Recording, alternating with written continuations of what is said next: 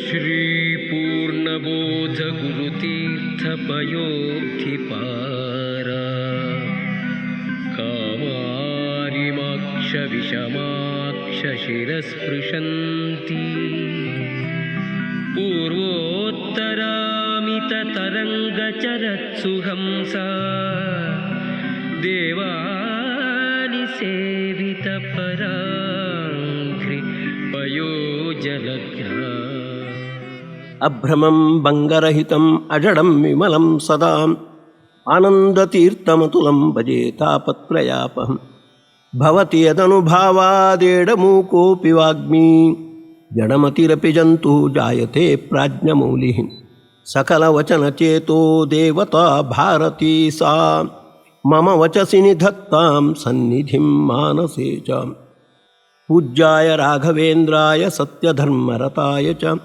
ಭಜತಾಂ ಕಲ್ಪವೃಕ್ಷಾಯ ನಮತಾಂ ಕಾಮಧೇನವೇ. ಶ್ರೀ ಗುರುಭ್ಯೋ ನಮಃ. ಜ್ಞಾನಗಮ್ಯದ ಸಾಧಕರನ್ನು ಹೃತ್ಪೂರ್ವಕವಾಗಿ ಸ್ವಾಗತಿಸಿ ರಾಘವೇಂದ್ರ ಸ್ವಾಮಿಗಳನ್ನು ವಿಶೇಷವಾಗಿ ರಾಘವೇಂದ್ರ ಸ್ತೋತ್ರದ ಮೂಲಕ ಅವರ ಉಪಾಸನೆ, ಚಿಂತನೆ, ಸ್ತುತಿಯನ್ನು ನಡೆಸ್ತೇವೆ. ಅಪ್ಪಣ್ಣಾಚಾರ್ಯರು ಕಂಡ ಸ್ತೋತ್ರ, ಅದು ಮಾಡಿದ ಸ್ತೋತ್ರ ಅನ್ನೋದಕ್ಕಿಂತಲೂ ಹೆಚ್ಚಾಗಿ ಕಂಡ ಸ್ತೋತ್ರ, ಅಪ್ಪಣ್ಣಾಚಾರ್ಯ ದೃಷ್ಟ ಸ್ತೋತ್ರ ಅಂತ ಹೇಳಿದರೆ ಉಚಿತವಾಗುತ್ತೆ. ಐತಿಹ್ಯವನ್ನು ನಾವು ಪರಿಶೀಲಿಸಿದರೆ ರಾಘವೇಂದ್ರ ಸ್ವಾಮಿಗಳು ವೃಂದಾವನವನ್ನು ಪ್ರವೇಶ ಮಾಡುವಾಗ ಅಪ್ಪಣ್ಣಾಚಾರ್ಯರು ಎಲ್ಲೋ ದೂರದಲ್ಲಿದ್ದರು. ಅವರು ಅಚ್ಚುಮೆಚ್ಚಿನ ಶಿಷ್ಯರು. ಅವರಿಗೆ ಅದು ತಿಳಿಯಿತು, ವಿಷಯ ತಿಳಿಯಿತು. ಬರ್ತಾ ಇದ್ದಾರೆ, ತುಂಗಭದ್ರಾ ಉಕ್ಕಿ ಹರಿತಾ ಇದೆ, ದಾಟ್ಲಿಕ್ಕಾಗುವುದಿಲ್ಲ. ಇದ್ದಕ್ಕಿದ್ದಂತೆ ರಾಘವೇಂದ್ರ ಸ್ವಾಮಿಗಳ ಸ್ತೋತ್ರವನ್ನು ಪಠಿಸ್ತಾ ಅದು ಇದ್ದಕ್ಕಿದ್ದಂತೆ ಕಂಡಿರ್ತಕ್ಕಂಥದ್ದು. ಹೇಗೆ ಋಷಿಗಳು ಮಂತ್ರ ದರ್ಶನಕ್ಕೆ ಒಳಗಾಗ್ತಾರೋ ಆ ರೀತಿ ಅವರ ದರ್ಶನಕ್ಕೆ ಒಳಗಾಗಿ ಅದನ್ನು ಪಠಿಸಿರುವಂಥದ್ದು. ಪಠಿಸಿ ಅದನ್ನು ಮತ್ತೆ ಆ ವೃಂದಾವನದ ಹತ್ತಿರ ಬಂದಾಗ ಸಾಕ್ಷಿ ಹಯಾಸ್ಯೋತ್ರ ಹಿ, ನಿಮ್ಮ ಈ ಸ್ತೋತ್ರಕ್ಕೆ ಹಯಗ್ರೀವನೇ ಸಾಕ್ಷಿ ಅಂತ ಆ ವೃಂದಾವನದ ಒಳಗಿಂದ ರಾಘವೇಂದ್ರ ಸ್ವಾಮಿಗಳ ಅಂತರ್ಯಾಮಿಯಾದ ಹಯಗ್ರೀವ ಘೋಷಣೆ ನೀಡಿ ಆ ಸ್ತೋತ್ರ 36 ಶ್ಲೋಕಗಳನ್ನು ಒಳಗೊಂಡಿರ್ತಕ್ಕಂಥ ಆ ಸ್ತೋತ್ರ ಅದು ಭಗವಂತನ ಪ್ರೀತಿಗೆ ಪಾತ್ರವಾದದ್ದು ಅಂತ ಹಯಗ್ರೀವನೇ ಅದಕ್ಕೆ ಪ್ರಮಾಣ ಪತ್ರವನ್ನು ನೀಡಿದ್ದಾನೆ. ಅಂತಹ ರಾಘವೇಂದ್ರ ಸ್ತೋತ್ರ ಅದರಲ್ಲೇ ಅಪ್ಪಣ್ಣಾಚಾರ್ಯ ಹೇಳ್ತಾರೆ, ಶ್ರೀಮದ್ಭಿ ಅಪ್ಪಣಾಭಿಧೇಹಿ ಕೃತಂ ಸ್ತೋತ್ರಂ ಅಂತ. ಅಪ್ಪಣ್ಣಾಚಾರ್ಯರು ಶ್ರೀಮಂತರು ಅಂದರೆ ಹೇಗೆ? ಶ್ರೀ ಅನ್ನುವುದಕ್ಕೆ ನಮಗೆ ಸಾಮಾನ್ಯವಾಗಿ ಪ್ರಸಿದ್ಧ ಇರುವುದು ಲಕ್ಷ್ಮೀದೇವಿ, ಶೋಭೆ ಇತ್ಯಾದಿ ಅರ್ಥಗಳು. ಆದರೆ ಮಧ್ವಗುರುಗಳು ಹೇಳ್ತಾರೆ ಹರೇ ರೂಪಂ ಶ್ರೀಹಿ ಅಂತ. ಶ್ರೀ ಅನ್ನುವುದಕ್ಕೆ ಭಗವಂತನ ರೂಪ ಅಂತ ಅರ್ಥ. ಎಲ್ಲ ಗುಣಗಳಿಗೆ ಆಶ್ರಯವಾಗಿರುವುದರಿಂದಾಗಿ ಅದು ಶ್ರೀ ಅಂತ ಅನಿಸಿದೆ. ಹಾಗಾಗಿ ಶ್ರೀಮದ್ಭಿಹಿ ಅಂತ ಹೇಳಿದರೆ ಅಂತಹ ಹರಿಯ ರೂಪವನ್ನು, ಹಯಗ್ರೀವ ರೂಪ, ರಾಘವೇಂದ್ರ ಸ್ವಾಮಿಗಳಿಂದ ಆರಾಧ್ಯವಾಗಿರ್ತಕ್ಕಂತಹ ರಾಮಚಂದ್ರ ರೂಪ, ಇದನ್ನು ಹೃದಯದಲ್ಲಿ ಹೊತ್ತುಕೊಂಡು ಮಾಡಿರ್ತಕ್ಕಂಥ ಸ್ತೋತ್ರ ಅದು. ಹಾಗಾಗಿ ಶ್ರೀಮದ್ಭಿಹಿ ಅಪ್ಪಣಾಭಿಧೇಹಿ ಕೃತಂ, ರಾಘವೇಂದ್ರ ಸ್ವಾಮಿಗಳ ಅನುಗ್ರಹದಿಂದ ಹಾಗೇ ತನ್ನ ಹೃದಯದಲ್ಲಿರ್ತಕ್ಕಂಥ ಹಯಗ್ರೀವ, ರಾಮಚಂದ್ರ ಇವರ ಅನುಗ್ರಹದಿಂದ ಮಾಡಿರ್ತಕ್ಕಂಥ ಸ್ತೋತ್ರ ಅದು. ಹಾಗಾಗಿ ಬಹಳ ಮಹತ್ವಪೂರ್ಣವಾಗಿರುವಂಥದ್ದು. ಅದರ ಮಾಧ್ಯಮದಲ್ಲಿ ನಾವು ರಾಘವೇಂದ್ರ ಸ್ವಾಮಿಗಳ ಚಿಂತನೆ, ಧ್ಯಾನ ಇತ್ಯಾದಿಗಳನ್ನು ಮಾಡುವುದು ವಿಶೇಷವಾಗಿರುವಂಥದ್ದು. ಹಾಗೆ ಮಾಡುವಾಗ ಒಂದು ವಿಷಯವನ್ನು ನಾವು ಗಮನಿಸಬೇಕಾದದ್ದು, ಮಧ್ವಗುರುಗಳು ನ ಪ್ರತೀಕಾಧಿಕರಣ ಅಂತ ಬ್ರಹ್ಮಸೂತ್ರದ ಆ ಅಧಿಕರಣದ ಅನುಭಾಷ್ಯದಲ್ಲಿ ಒಂದು ಎಚ್ಚರಿಕೆಯನ್ನು ನೀಡ್ತಾರೆ. ಯತ್ಕಿಂಚಿದ್ ಅನ್ಯತಾ ಸಂಸ್ಥಂ ಅನ್ಯತಾಧ್ಯಾತಮಂಜಸ ಮಹಾದೋಷಕರಂ ಕಿಮು ಸರ್ವೇಶ್ವರೋ ಹರಿಹಿ. ಒಂದು ಪದಾರ್ಥ ಹೇಗಿದೆಯೋ ಅದೇ ರೀತಿ ಅದರ ಧ್ಯಾನ ನಡೆಸಬೇಕು. ಅದು ಬಿಟ್ಟು ಒಂದು ರೀತಿಯಾಗಿ ಅದು ಇರುವುದು, ಅದರ ಧ್ಯಾನ ಮತ್ತೊಂದು ರೀತಿಯಾಗಿ ನಡೆಸಿದರೆ ಪುಣ್ಯ ಅಲ್ಲ, ಬದಲಾಗಿ ಮಹಾಪಾಪ ಬರುತ್ತೆ. ಹಾಗಾಗಿ ಪರಮಾತ್ಮನು ಕೂಡ ಹೇಗಿದ್ದಾನೋ ಹಾಗೆ ಅವನ ಧ್ಯಾನ ನಡೆಸಬೇಕು ಅಂತ. ಹೀಗೆ ತಸ್ಮಾದ್ ವಸ್ತು ಯಥಾರೂಪಂ ಜ್ಞೇಯಂ ಧ್ಯೇಯಂಚ ಸರ್ವದಾ ಕಾರಣಂ ಪುರುಷಾರ್ಥಸ್ಯ ನಾಣ್ಯತಾ ಭವತಿ ಕ್ವಚಿತ್. ಹಾಗೆ ಯಾವುದೇ ಒಂದು ಪದಾರ್ಥ, ಯಾವುದೇ ದೇವತೆ, ಯಾವುದೇ ಗುರುಗಳು ಅವರು ಹೇಗಿದ್ದಾರೋ, ಅವರ ಸ್ವರೂಪ ಹೇಗಿದೆಯೋ ಅದನ್ನು ತಿಳ್ಕೊಂಡು ಅದಕ್ಕೆ ಅನುಗುಣವಾಗಿಯೇ ಧ್ಯಾನ ನಡೆಸಬೇಕು. ಹಾಗಾದರೆ ಮಾತ್ರ ಅದು ಪುರುಷಾರ್ಥಪ್ರದವಾಗುತ್ತೆ ಅಂತ ಆಚಾರ್ಯರು ವ್ಯಾಖ್ಯಾನದಲ್ಲಿ ಎಚ್ಚರಿಸಿದ್ದಾರೆ. ಈ ಹಿನ್ನೆಲೆಯಲ್ಲಿ ನಾವು ರಾಘವೇಂದ್ರ ಸ್ತೋತ್ರ 36 ಶ್ಲೋಕಗಳನ್ನು ಒಳಗೊಂಡಿರ್ತಕ್ಕಂಥ ರಾಘವೇಂದ್ರ ಸ್ತೋತ್ರದ ಕೆಲವು ಮಾತುಗಳ ಚಿಂತನೆಯನ್ನು ನಾವು ನಡೆಸಬೇಕಾಗಿದೆ. ಚಿಂತನೆಗೆ ಧ್ಯಾನಕ್ಕೆ ಸಂಬಂಧಪಟ್ಟಂತೆ 3 ನಿಯಮಗಳನ್ನು ಮಧ್ವಗುರುಗಳು ಸರ್ವಮೂಲದಲ್ಲಿ ಪ್ರಸ್ತುತಪಡಿಸ್ತಾರೆ. 1, ಪ್ರಾಧಾನ್ಯೇನ ಹರಿರ್ಧ್ಯೇಯ ತತ್ಸಂಬಂಧ ಸುರಾದಯ ಧ್ಯೇಯ ನಕಿಂಚಿಧ್ಯೇಯಂ ಹರೋ ಅನುಪಯೋಗಿಯತ್.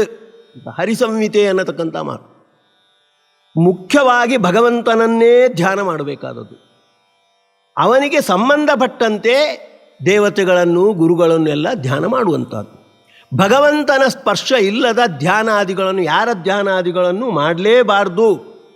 ಅನುಪಯೋಗಿಯತ್ ನಕಿಂಚಿತ್ ಧ್ಯೇಯಂ, ಭಗವಂತನ ಧ್ಯಾನಕ್ಕೆ ಉಪಯುಕ್ತವಾಗದೇ ಇರತಕ್ಕಂಥ ಧ್ಯಾನವನ್ನು ಮಾಡಲೇಬಾರ್ದು ಅಂತ ಹರಿಸಂಹಿತೆ ಹೇಳುತ್ತೆ. ಇನ್ನೊಂದು ಪ್ರಮಾಣ, ಯದ್ಭಾಗವತ ಬುದ್ಧೈವ ದತ್ತಂ ಬ್ರಹ್ಮಾದಯ ಸುರಾ ವೈದಿಕಾ ಪ್ರತಿಗಣ್ಯು. ಭಗವಂತನ ಸಂಬಂಧ ಹಚ್ಚಿ ಅದು ಸ್ತೋತ್ರ ಆಗಿರ್ಬೋದು, ನೈವೇದ್ಯವಾಗಿರ್ಬೋದು, ಯಾವುದೇ ಆಗಿರ್ಬೋದು, ಅವರು ಭಾಗವತರು, ಭಗವಂತನಿಗೆ ಸಂಬಂಧಪಟ್ಟವರು, ಭಗವಂತನ ಪರಿವಾರಕ್ಕೆ ಸೇರಿದವರು ಅಂತ ತಿಳ್ಕೊಂಡು ಕೊಟ್ಟರೆ ದೇವತೆಗಳು ಗುರುಗಳು ಅದನ್ನು ಸ್ವೀಕಾರ ಮಾಡ್ತಾರೆ. ಭಗವಂತನ ಸಂಬಂಧ ಹಚ್ಚದೆ ಸ್ವತಂತ್ರವಾಗಿ ನೀವು ಸ್ವೀಕಾರ ಮಾಡಿ ಅಂದರೆ ಸ್ವೀಕಾರ ಮಾಡುವುದಿಲ್ಲ. ಇದು ನೈವೇದ್ಯಕ್ಕೆ ಹೇಗೆ ಸಂಬಂಧಪಡುವಂಥದ್ದು, ಸ್ತೋತ್ರಕ್ಕೂ ಹಾಗೆ ಸಂಬಂಧಪಡುವಂಥದ್ದು. ಮತ್ತೊಂದು ನಿಯಮ, ಮಿಶ್ರಸ್ತುತಿಗೆ ಸಂಬಂಧಪಟ್ಟ ನಿಯಮ. ಬ್ರಹ್ಮತರ್ಕ ಅದನ್ನು ಪ್ರಸ್ತುತಪಡಿಸುತ್ತೆ. ಪ್ರಾಯಸ್ತು ಸ್ತುತಿ ಶಬ್ದೇಶು ಮಿಶ್ರಾವಾಚೋ ಹರಿಂವಿನಾ.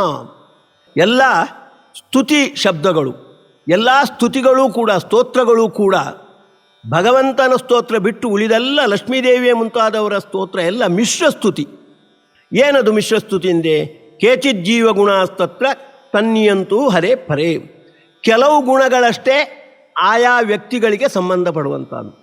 ಆಯಾ ವ್ಯಕ್ತಿಗಳಲ್ಲಿ ಕೂಡತಕ್ಕಂಥ ಗುಣಗಳನ್ನು ಮಾತ್ರ ಅದು ಹೇಳುವಂಥದ್ದು. ಆ ವ್ಯಕ್ತಿಗೆ ಅದು ಒಗ್ಗುವುದಿಲ್ಲ ಅಂದಾಗ ಅವನ ನಿಯಾಮಕನಾದ ಭಗವಂತನಿಗೆ ಸಂಬಂಧಪಟ್ಟು ಅದನ್ನು ಸಮನ್ವಯ ಮಾಡಬೇಕು ಅಂತ ಮಿಶ್ರಸ್ತುತಿ ಅಂತ ಇದು ಬಹಳ ಪ್ರಸಿದ್ಧವಾದ ಒಂದು ಪ್ರಕ್ರಿಯೆ. ಬ್ರಹ್ಮತರ್ಕ ಅದನ್ನು ಪ್ರಸ್ತುತಪಡಿಸುತ್ತೆ. 36 ಶ್ಲೋಕಗಳನ್ನು ಒಳಗೊಂಡಿರ್ತಕ್ಕಂಥ ರಾಘವೇಂದ್ರ ಸ್ತೋತ್ರದಲ್ಲಿ ಕೆಲವು ಮಾತುಗಳನ್ನು ಈ 3 ನಿಯಮಕ್ಕೆ ಅನುಗುಣವಾಗಿ ನಾವು ನೋಡಬೇಕಾದದ್ದು. ಮೊದಲನೇದಾಗಿ ನಾವು ಅದನ್ನು ಕರೆಯುವಾಗ ಶ್ರೀ ರಾಘವೇಂದ್ರ ಸ್ತೋತ್ರ ಅಂತಲೇ ಕರಿತೇವೆ. ಶ್ರೀ ಅಂದರೆ ಮತ್ತೆ ಅಲ್ಲಿ ಸಾಕ್ಷಾತ್ ಶ್ರೀಸ್ತು ಹರೇ ರೂಪಂ ಅಂತ ಆಚಾರ್ಯರು ಪ್ರಮಾಣದ ಮೂಲಕ ಹೇಳ್ತಾರೆ. ಇಂದಿರಾತು ತದಾಶ್ರಯಾತ್. ಸಾಮಾನ್ಯವಾಗಿ ನಾವು ಶ್ರೀ ಅಂತ ಲಕ್ಷ್ಮೀದೇವಿಯನ್ನು, ಇಂದಿರಾದೇವಿಯನ್ನು ಕರೆಯುವಂಥದ್ದು. ಭಗವಂತನನ್ನು ಆಶ್ರಯಿಸುವುದರಿಂದ ಇಂದಿರಾದೇವಿ ಶ್ರೀ ಅಂತ ಅನಿಸ್ತಾರೆ. ಮುಖ್ಯವಾಗಿ ಶ್ರೀ ಅಂದರೆ ಭಗವಂತ ಅಂತ ಅರ್ಥ. ಹಾಗಾಗಿ ಶ್ರೀ ರಾಘವೇಂದ್ರ ಸ್ತೋತ್ರ ಅಂದರೆ ಶ್ರೀ ಅಂತ ಅನಿಸಿರ್ತಕ್ಕಂಥ ರಾಮಚಂದ್ರ, ರಾಘವೇಂದ್ರ ಸ್ವಾಮಿಗಳಿಂದ ಆರಾಧ್ಯನಾದ ಅವರ ಅಂತರ್ಯಾಮಿಯಾದ ರಾಘವೇಂದ್ರ ಹಾಗೂ ರಾಘವೇಂದ್ರ ಗುರುಗಳ ಸ್ತೋತ್ರ ಅಂತ ಅರ್ಥ. ಶ್ರೀ ರಾಘವೇಂದ್ರ ಸ್ತೋತ್ರ ಅಂತ. ಹೀಗೆ ಅದನ್ನು ನಾವು ಕರೆಯುವುದೇ ಹೇಗೆ ಹರಿವಾಯುಸ್ತುತಿ ಅಂತ ವಾಯುಸ್ತುತಿಗೆ ಭಗವಂತನ ಸಂಬಂಧವನ್ನು ಹಚ್ಚಿ ಹೇಗೆ ನಾವು ಕರಿತೇವೋ ಆ ರೀತಿ ಇರ್ತಕ್ಕಂಥದ್ದು. ಅದನ್ನು ಅಪ್ಪಣ್ಣಾಚಾರ್ಯರು ಕೂಡ ಸ್ತೋತ್ರದಲ್ಲಿ ಕೆಲವು ಮಾತುಗಳಲ್ಲಿ ತೋರಿಸಿಬಿಟ್ಟಿದ್ದಾರೆ. ಶ್ರೀರಾಘವೇಂದ್ರೋ ಹರಿಪಾದ ಕಂಜ ನಿಷೇವಣಾಲಬ್ಧ ಸಮಸ್ತ ಸಂಪತ್ ಅಂತ 4ನೇ ಶ್ಲೋಕದಲ್ಲಿ ಹೇಳಿದ್ದಾರೆ. ಅವರಿಗೆ ತುಂಬ ಅವರ ಸಂಪತ್ತನ್ನು ನಾವು ಇದರಲ್ಲಿ 36 ಶ್ಲೋಕಗಳಲ್ಲಿ ಹೇಳುವಂಥದ್ದಿದೆ. ಭಕ್ತರ ಮೇಲೆ ಹಾಗೆ ಅನುಗ್ರಹ ಮಾಡ್ತಾರೆ, ಹೀಗೆ ಅನುಗ್ರಹ ಮಾಡ್ತಾರೆ, ಇದೆಲ್ಲ ಅವರ ಒಂದು ಬಗೆಯ ಸಂಪತ್ತು. ಅದಕ್ಕೆ ಬೇಕಾಗಿರ್ತಕ್ಕಂಥ ಭಗವದ್ಭಕ್ತಿ, ಜ್ಞಾನ ಮುಂತಾದವೆಲ್ಲ ಸಂಪತ್ತು. ಆದರೆ ಅದು ಹೇಗೆ ಲಬ್ಧವಾದದ್ದು ಅಂದರೆ ಹರಿಪಾದ ಕಂಜ ನಿಷೇವಣ ಲಬ್ಧ ಸಮಸ್ತಂ. ರಾಮಚಂದ್ರನ ವಿಶೇಷವಾಗಿ ಸೇವೆ ಮಾಡಿದ್ರಿಂದಾಗಿ ಅಂತಹ ಸಂಪತ್ತು ಅವರಿಗೆ ಬಂದಿದೆ ಅನ್ನೋದನ್ನು ನೆನಪು ಇಟ್ಕೊಳ್ಬೇಕಾದದ್ದು. ಆದುದರಿಂದ ಭಗವಂತನ ಸಂಬಂಧ ಹಚ್ಚದೆ ಬಂದಿರತಕ್ಕಂಥ ಕೆಲವು ಮಾತುಗಳು ಇಲ್ಲಿ ಮೇಲ್ನೋಟಕ್ಕೆ ಕಾಣಿಸುತ್ತೆ. ಅದನ್ನು ನಾವು ಭಗವಂತನ ಸಂಬಂಧ ಹಚ್ಚಿ ನಾವು ಅದನ್ನು ಚಿಂತನೆ ಮಾಡಬೇಕಾದದ್ದು. ಯೋ ಭಕ್ತ್ಯ ಗುರುರಾಘವೇಂದ್ರ ಚರಣದ್ವಂದ್ವಂ ಸ್ಮರಣ್ಯ ಪಠೇತ್ ಸ್ತೋತ್ರಂ ದಿವ್ಯಮಿದಂ ಸದಾ ನಹಿ ಭವೇತ್ ತಸ್ಯಾ ಸುಖಂ ಕಿಂಚನ. ಯಾರು ರಾಘವೇಂದ್ರ ಸ್ವಾಮಿಗಳ ಪಾದವನ್ನು ಚಿಂತನೆ ಮಾಡ್ತಾ ಈ ಸ್ತೋತ್ರವನ್ನು ಪಠಿಸ್ತಾರೆ ಅವರಿಗೆ ಅಸುಖ ಅನ್ನುವುದೇ ಇಲ್ಲ ಅಂತ ಹೇಳುವಂಥದ್ದು. ಅಂದರೆ ಬರೇ ರಾಘವೇಂದ್ರ ಸ್ವಾಮಿಗಳ ಪಾದದ ಚಿಂತನೆಯೇ ಸಾಕು ಅಂತ ಮೇಲ್ನೋಟಕ್ಕೆ ಅನಿಸುತ್ತೆ. ಹಾಗೆ 33ನೇ ಶ್ಲೋಕದಲ್ಲಿ ಹಾಗೆ ಹೇಳಿದರೂ ಕೂಡ ಮುಂದೆ ಹೇಳ್ತಾರೆ, ಕಿಂತಿಷ್ಟಾರ್ಥ ಸಮೃದ್ಧಿರೇವ ಕಮಲಾನಾಥ ಪ್ರಸಾದೋದಯಾತ್. ಇದು ಹೇಗೆ ಆಗುವಂಥದ್ದು, ಈ ಫಲ ಹೇಗೆ ದೊರಕುವಂಥದ್ದು ಅಂದರೆ ಕಮಲಾಪತಿಯ ಅನುಗ್ರಹದಿಂದ. ಕಮಲಾಪತಿ ರಾಮಚಂದ್ರ, ರಾಘವೇಂದ್ರ ಸ್ವಾಮಿಗಳ ವಿಶೇಷ ಆರಾಧ್ಯನಾಗಿರ್ತಕ್ಕಂಥವನು ರಾಮಚಂದ್ರ. ರಾಮಚಂದ್ರನ ಅನುಗ್ರಹದಿಂದಾಗಿ ಇಂತಹ ಫಲ ಬರುವಂಥದ್ದು ಅಂತ ಹೇಳಿ, ಹಾಗೆ ಹೇಳಿದಾಗ ಕೀರ್ತಿರ್ದಿಗ್ವಿದಿತ ವಿಭೂತಿರತುಲ ಸಾಕ್ಷಿ ಹಯಾಸ್ಯೋತ್ರಹಿ. ಈ ಸಾಕ್ಷಿ ಹಯಾಸ್ಯೋತ್ರಹಿ ಇಂತಹ ಸ್ತೋತ್ರದಲ್ಲಿ ಇದೆ. ಆದರೆ ಐತಿಹ್ಯ ಹೇಳುವಂತೆ ಅದು ಅಪ್ಪಣ್ಣಾಚಾರ್ಯರ ಮಾತಲ್ಲ. ಅಪ್ಪಣ್ಣಾಚಾರ್ಯರು ಆ ಸ್ತೋತ್ರದ ಫಲಶ್ರುತಿಯನ್ನು ಹೇಳಿದಾಗ ಆ ವೃಂದಾವನದ ಒಳಗಿರ್ತಕ್ಕಂಥ ರಾಘವೇಂದ್ರ ಸ್ವಾಮಿಗಳ ಅಂತರ್ಯಾಮಿಯಾಗಿರ್ತಕ್ಕಂಥ ಹಯಗ್ರೀವ ಮತ್ತು ರಾಮಚಂದ್ರಾಭಿನ್ನನಾಗಿರ್ತಕ್ಕಂಥ ಹಯಗ್ರೀವ ಆ ಘೋಷಣೆಯನ್ನು ನೀಡಿರುವಂಥದ್ದು, ಸಾಕ್ಷಿ ಹಯಾಸ್ಯೋತ್ರಹಿ ಅಂತ. ಇದು ಸಾಮಾನ್ಯ ಗಮನಿಸಬೇಕಾದದ್ದು. ರಾಘವೇಂದ್ರ ಸ್ವಾಮಿಗಳು ವಿಶೇಷವಾಗಿ ರಾಮಚಂದ್ರನ ಆರಾಧಕರು. ಹಾಗಾಗಿ ಈ ಸ್ತೋತ್ರಕ್ಕೆ ಸಾಕ್ಷಿ ಯಾರು ಅಂದರೆ ರಾಮಚಂದ್ರ ಅಂತ ರಾಮಚಂದ್ರನ ರೂಪವನ್ನು ಉಲ್ಲೇಖ ಮಾಡಬೇಕಿತ್ತು. ಆದರೆ ಸಾಕ್ಷಿ ಹಯಾಸ್ಯೋತ್ರಹಿ, ಹಯಗ್ರೀವ ಈ ಸ್ತೋತ್ರದಲ್ಲಿ ಹೇಳಿರ್ತಕ್ಕಂಥ ಫಲಶ್ರುತಿಗೆಲ್ಲ ಸಾಕ್ಷಿಯಾದವ ಹಯಗ್ರೀವ ಅಂತ ಹೇಳಿದ್ದಾರೆ. ಯಾಕೆ ಅಂದರೆ ಗಮನಿಸಬೇಕಾದದ್ದು, ಹಯಗ್ರೀವನಿಗೂ ರಾಮಚಂದ್ರನಿಗೂ ನೇಹನಾನಾಸ್ತಿ ಕಿಂಚನ ಭೇದ ಇಲ್ಲ. ಆದರೆ ಆ ರೂಪವನ್ನು ಉಲ್ಲೇಖ ಮಾಡುವ ಉದ್ದೇಶ, ಹಯಗ್ರೀವ ಅದಕ್ಕೆ ಪ್ರಮಾಣ ಪತ್ರವನ್ನು ಕೊಡುವ ಉದ್ದೇಶ. ರಾಘವೇಂದ್ರ ಸ್ವಾಮಿಗಳ ವಿಶೇಷ ವ್ಯಕ್ತಿತ್ವ ಅನ್ನೋದು ವಾಂಗ್ಮಯ ಸೇವೆ ವ್ಯಕ್ತಿತ್ವ.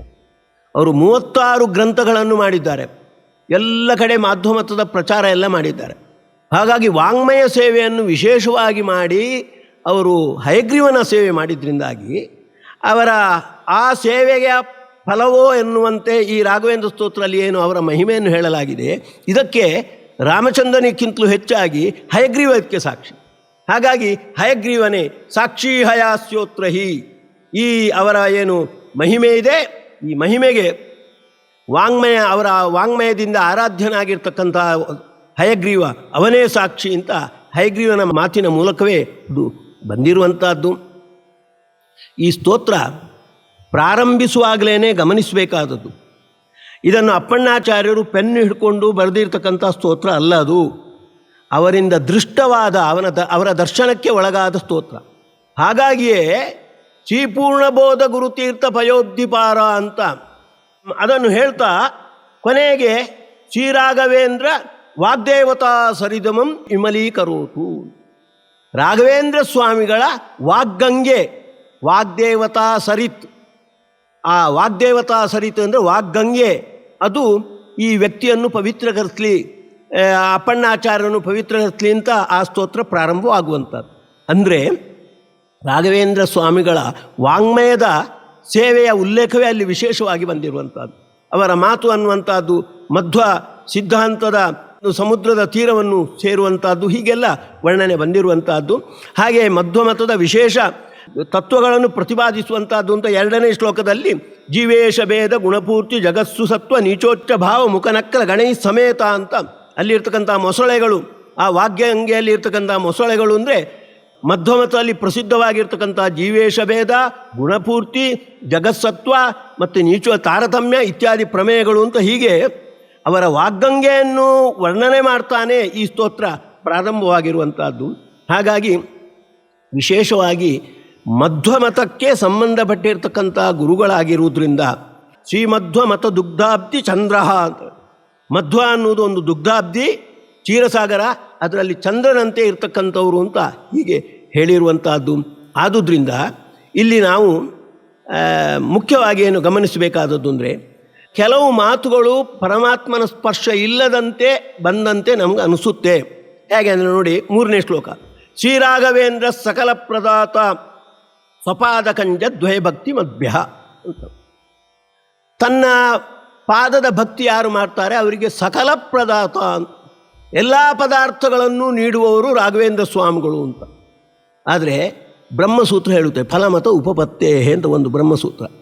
ಎಲ್ಲ ಫಲಗಳನ್ನು ಕೊಡುವವ ಭಗವಂತ.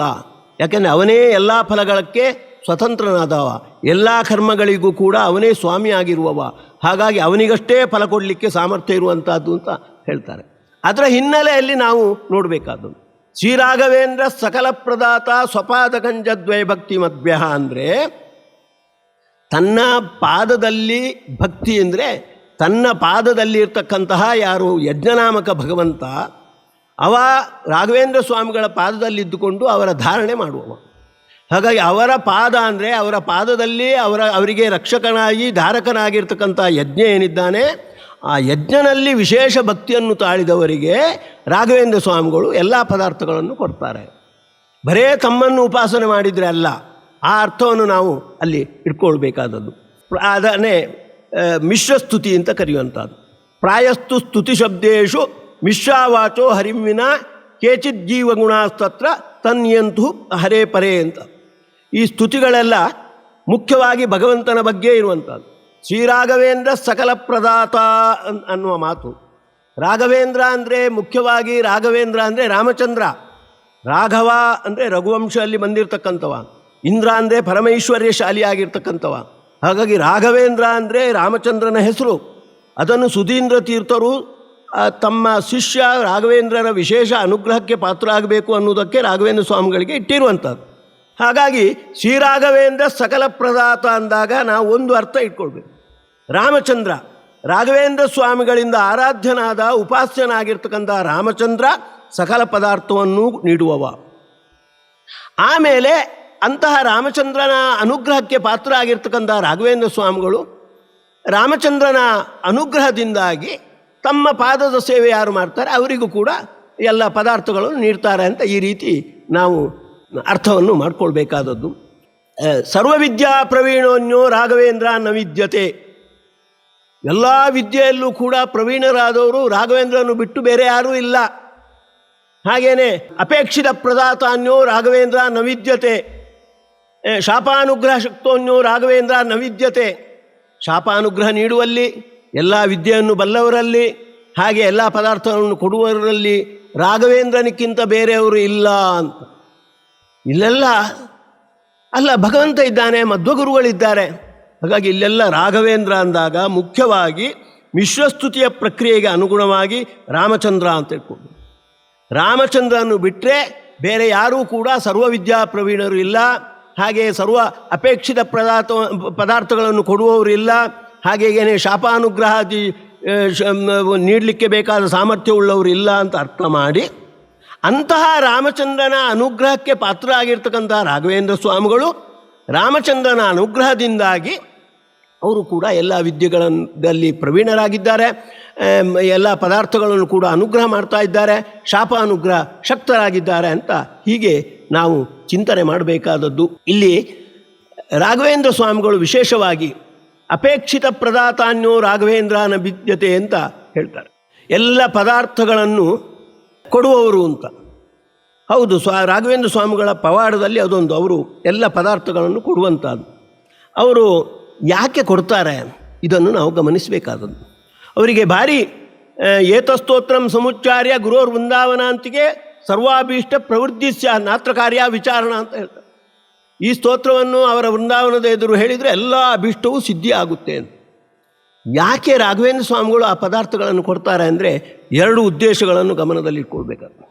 ಮಧ್ವಗುರುಗಳು ಹೇಳ್ತಾರೆ, ತಸ್ಮಾತ್ ಸರ್ವೇಷು ಭೂತೇಷು ದಯಾಂ ಕುರುತ ಸೌಹೃದಂ ಅಂತ, ಭಾವಂ ಆಸುರಂ ಉನ್ಮುಚ್ಚ ತಯಾ ತುಷ್ಯತ್ಯದೋಚ್ಚಜಃ ಅಂತ ಭಾಗವತದಲ್ಲಿ ಪ್ರಹ್ಲಾದ ತನ್ನ ದೈತ್ಯ ಬಾಲಕರಿಗೆ ಹೇಳಿರ್ತಕ್ಕಂಥ ಉಪದೇಶ. ನೀವು ಆಸುರಿ ಭಾವವನ್ನು ಬಿಟ್ಟು ಎಲ್ಲ ಪ್ರಾಣಿಗಳಲ್ಲಿ ಎಲ್ಲ ಜೀವಿಗಳಲ್ಲಿ ದಯ ಮಾಡಬೇಕು ಅಂತ ಹೇಳಿರುವಂಥದ್ದು. ಅದಕ್ಕೆ ಅದರಿಂದ ಭಗವಂತ ಪ್ರಸನ್ನನಾಗ್ತಾನೆ ಅಂತ ಆಚಾರ್ಯರು ಅದನ್ನು ಸ್ಪಷ್ಟಪಡಿಸ್ತಾರೆ. ವಿಷ್ಣೋರ್ಗೃಹತ್ವಾದ್ ಭೂತಾನಾಂ ದಯಾಕಾರ್ಯ ವಿಜಾನತ. ಎಲ್ಲ ಭೂತಗಳು ಎಲ್ಲ ಜೀವಿಗಳು ಕೂಡ ಪರಮಾತ್ಮನ ಮಂದಿರದಂತೆ ಇರುವಂಥದ್ದು. ನೀವು ಆ ಭೂತಗಳಿಗೆ ಅನುಗ್ರಹ ಮಾಡಿದರೆ, ಭೂತಗಳಿಗೆ ಉಪಕಾರ ಮಾಡಿದರೆ ಅದರ ಒಳಗಿರ್ತಕ್ಕಂಥ ಭಗವಂತನಿಗೆ ಪ್ರಸನ್ನನಾಗ್ತಾನೆ. ಹಾಗಾಗಿ ಭಗವಂತನನ್ನು ಗಮನದಲ್ಲಿಟ್ಟುಕೊಂಡು ನೀವು ಬೇರೆ ಬೇರೆ ಭೂತಗಳಿಗೆ ಜೀವಿಗಳಿಗೆ ಉಪಕಾರ ಮಾಡಬೇಕು ಅಂತ ಆಚಾರ್ಯರು ಆ ನಿರ್ಣಯದ ಮೂಲಕ ಹೇಳ್ತಾರೆ. ರಾಘವೇಂದ್ರ ಸ್ವಾಮಿಗಳು ಕೂಡ ಹಾಗೆ. ಮುಖ್ಯವಾಗಿ ನಮ್ಮ ಮೇಲಿನ ದಯೆ ಅಲ್ಲ, ನಮ್ಮ ಮೇಲಿನ ದಯೆ ಯಾಕೆ ತೋರಿಸುವುದು ಅಂದರೆ ನಮ್ಮ ಒಳಗಿರ್ತಕ್ಕಂಥ ಭಗವಂತ ಪ್ರಸನ್ನನಾಗಬೇಕು ಅಂತ. ಹಾಗಾಗಿ ಅವರ ಸಾಧನೆಯಲ್ಲೇ ಭಗವಂತನನ್ನು ಸಂತೋಷಪಡಿಸ್ತಕ್ಕಂಥ ಏನೋ ಅವರ ಸಾಧನೆ, ಅದರಲ್ಲೇ ಅದು ಸೇರಿರ್ತಕ್ಕಂಥದ್ದು ಅನ್ನುವುದನ್ನು ಗಮನಿಸಬೇಕಾದದ್ದು. ಮತ್ತೊಂದು ಮುಖ್ಯ, ಅವರು ಅಭೀಷ್ಟವನ್ನು ಕೊಡುವುದು ಯಾಕೆ ಅಂದರೆ ಭಾಗವತದಲ್ಲಿ ಬರುತ್ತೆ, ಫಲಶ್ರುತಿರಿಯಂ ನೃಣಾಂ ನಶ್ರೇಯೋ ರೋಚನಂ ಪರಂ. ವೇದದಲ್ಲಿ ಅಲ್ಲಲ್ಲಿ ಫಲಶ್ರುತಿ ಬರುತ್ತೆ. ಹಾಗೆ ಮಾಡಿದರೆ, ಈ ಉಪಾಸನೆ ಮಾಡಿದರೆ ಈ ಫಲ ಸಿಗುತ್ತೆ, ಸ್ವರ್ಗ ಸಿಗುತ್ತೆ, ಮಳೆ ಬರುತ್ತೆ ಇತ್ಯಾದಿಗಳು. ಇದು ಯಾಕೆ ಅಂದರೆ ಶ್ರೋತುರ್ ವಿವಕ್ಷಯ ಪ್ರೋಕ್ತಂ ಯಥಾ ಭೈಷಜ್ಯ ರೋಚನಂ ಅಂತ. ಔಷಧ ಕೊಡುವಾಗ ತಾಯಿ ಮೊದಲು ಸಕ್ಕರೆ ಕೊಟ್ಟು ಬಾಯಿ ತೆರೆದಂತೆ ಮಾಡಿ ಮತ್ತೆ ಔಷಧ ಕೊಡುವಂಥದ್ದು. ಅದರಂತೆಯೇ ವೇದ ಮುಖ್ಯವಾಗಿ ಮೋಕ್ಷವನ್ನು ಹೊಂದಿ ಮೋಕ್ಷಕ್ಕಾಗಿ ಭಗವಂತನ ಉಪಾಸನೆ ಮಾಡಿ ಅಂತ ಹೇಳಲಿಕ್ಕೆ ಹೊರಟಿರುವಂಥದ್ದು.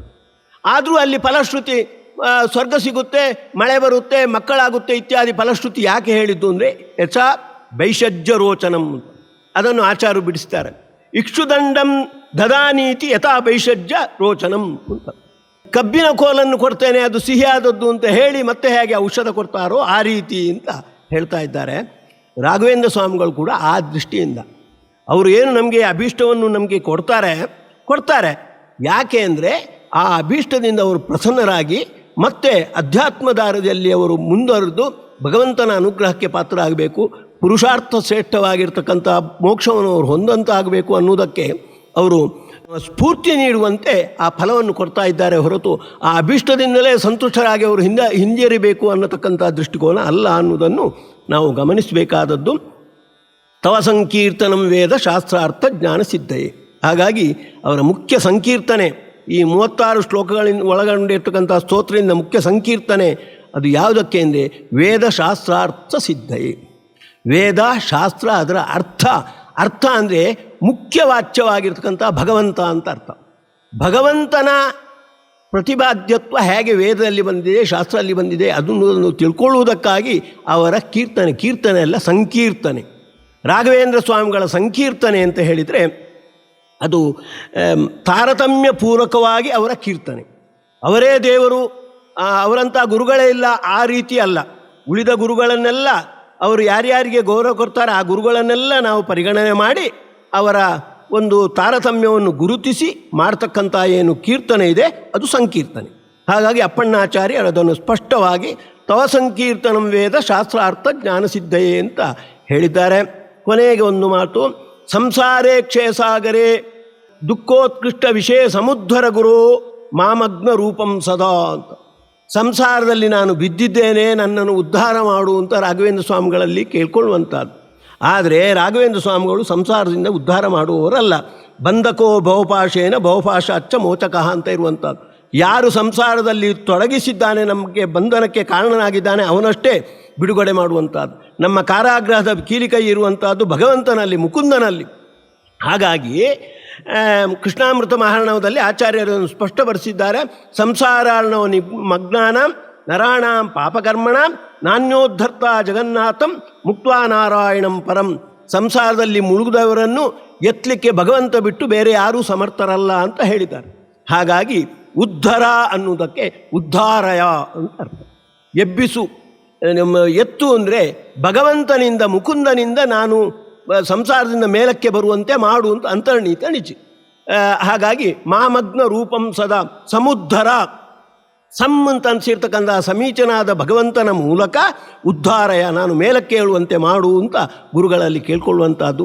ಈ ರೀತಿ ನಾವು ರಾಘವೇಂದ್ರ ಸ್ತೋತ್ರವನ್ನು ನಾವು ಪಠಿಸುವಾಗ ಈ 3 ನಿಯಮಗಳು ಏನಿದೆ, ರಾಘವೇಂದ್ರ ಸ್ವಾಮಿಗಳು ಭಗವದ್ಭಕ್ತರಾಗಿರುವುದರಿಂದ ಭಗವಂತನ ಸ್ಪರ್ಶ ಮಾಡಿ ಸಲ್ಲಿಸಿದ ಸ್ತೋತ್ರವನ್ನಷ್ಟೇ ಅವರು ಸ್ವೀಕಾರ ಮಾಡುವಂಥದ್ದು. ಹಾಗೆ ಮಿಶ್ರ ಸ್ತುತಿಯ ಪ್ರಕಾರ ರಾಘವೇಂದ್ರ ಸ್ವಾಮಿಗಳ ವ್ಯಕ್ತಿತ್ವಕ್ಕೆ ಒಗ್ಗದ ಮಾತುಗಳಿದ್ದರೆ ಅವರ ಅಂತರ್ಯಾಮಿಯಾಗಿರ್ತಕ್ಕಂಥ ರಾಮಚಂದ್ರನಿಗೆ ಸಂಬಂಧಪಟ್ಟು ಅದನ್ನು ತಿಳ್ಕೊಳ್ಬೇಕಾದದ್ದು. ಹಾಗೆ ಪ್ರಾಧಾನ್ಯೇನ ಹರಿಧ್ಯೇಯ ತತ್ಸಂಬಂಧ ಸುರಾದಯ ಧ್ಯೇಯ ಅಂತ ಹರಿ ಸಂಹಿತೆ ಹೇಳಿದಂತೆ ಮುಖ್ಯವಾಗಿ ರಾಮಚಂದ್ರನ ಅನುಗ್ರಹಕ್ಕೆ ಪಾತ್ರ ಆಗಿರ್ತಕ್ಕಂಥವರು ರಾಘವೇಂದ್ರ ಸ್ವಾಮಿಗಳು.